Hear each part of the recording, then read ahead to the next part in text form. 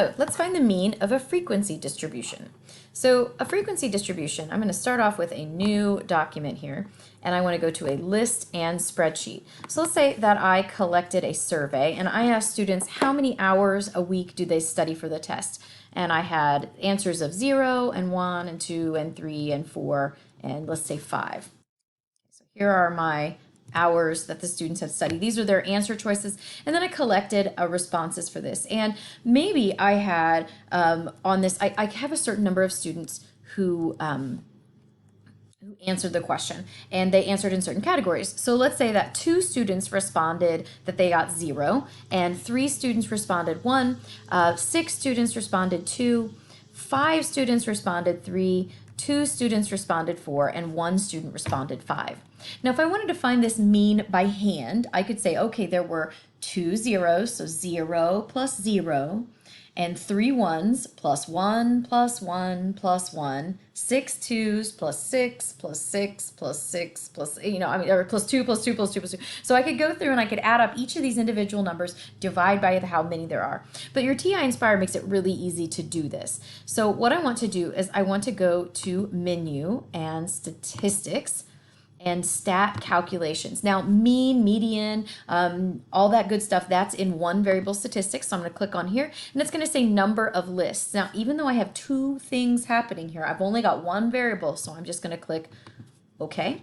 And it says, what's your X list? So I called that X. And then what is your frequency list? I put how many times each of these things occurred into that category that I labeled F for frequency. I'm going to ignore the category list, include categories here, and remember your calculator just defaults to the first open location here. So I'm going to click OK.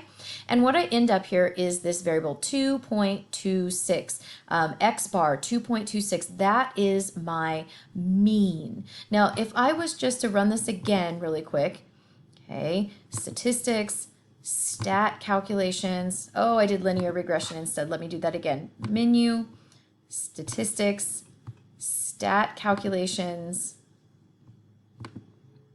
1 variable statistics, 1 list. Okay. And if I was to not put that frequency list in there, see how it defaults as 1. That means 1 of each number. So if I was to ignore what this is, then I would have the average of 0, 1, 2, 3, 4, and 5. So my answer ought to be somewhere in between 0 and 5, obviously, but it's going to treat it like there's 1 of every value here. Okay, so I'm going to press OK. You can see that I get 2 different numbers. So this first one, this is the mean of the frequency distribution. The second one, this is just the mean of, the average of the numbers 0 through 5. Okay, so when we are dealing with a mean of a frequency distribution, again, if you just add your frequencies into their own column and make sure you name it, okay, then we can run that 1 variable statistics, add that frequency in there, and we would get the same answer we would get if we just did 0 plus 0 plus 1 plus 1 plus 1 plus 2 plus 2 plus 2, etc. Another thing I want to point out here is you also can get the standard deviation. You can see your sample size, so it's really tempting to say, oh, there's 5 numbers, which is what you get when you ignore the or 6 numbers, which is what you get when you get the frequency of the first one there without those numbers in there. So there's actually 19 values included in this. You can also get that 5-number summary.